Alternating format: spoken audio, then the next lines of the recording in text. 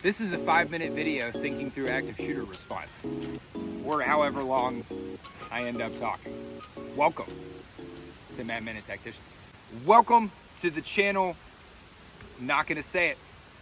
Welcome to the channel. I am super excited to talk about you guys could clearly tell I haven't gone anywhere, done anything. I filmed all these things at the exact same time, so I'm not gonna act like it's a different day because that would be fake and disingenuous. So I just filmed the other video that you just watched. This is another topic that I would like to talk about.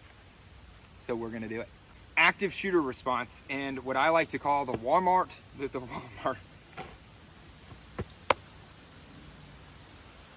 Active shooter response, and what I call the Walmart conundrum.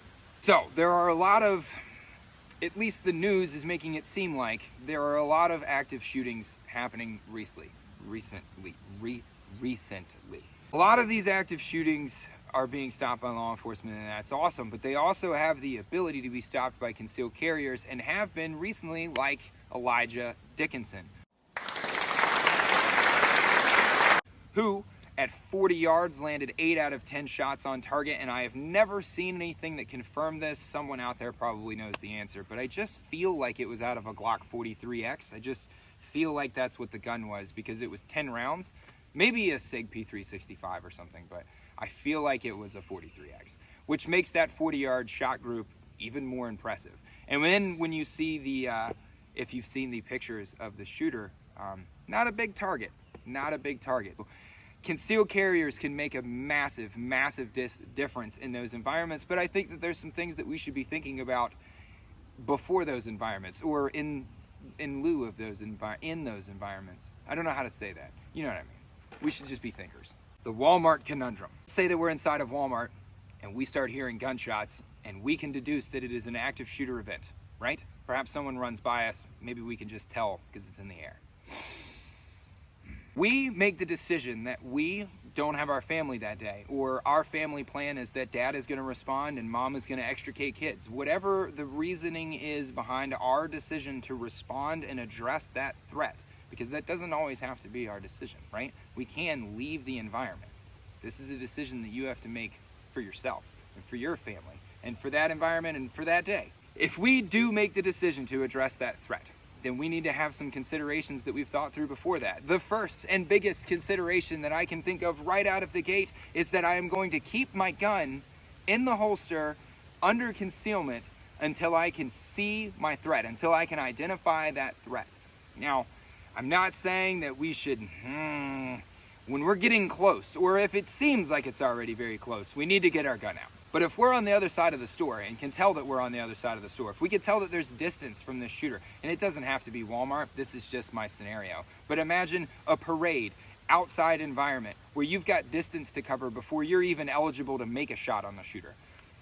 We're gonna keep our gun under concealment. This is one of the reasons why I'm so against open carrying, other than the fact that if I was an active shooter, the first person I would shoot would be the person that I can see that has a gun.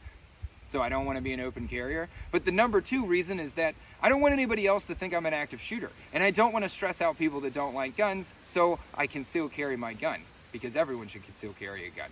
I'm gonna keep my gun concealed until I'm closer to that shooter, more in that environment. I don't want to be running around with a gun because I'm gonna induce extra stress into the environment. People that are trying to run away that see me with a gun, I'm just gonna add to the confusion and the stress that they are already under. Also, if there is a law enforcement that is also responding to the shooter at the same time, I now am the shooter.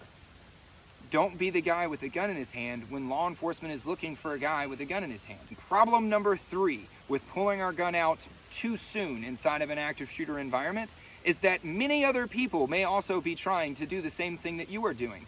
Again, don't be the guy with a gun in his hand when everyone is looking for a guy with a gun in his hand.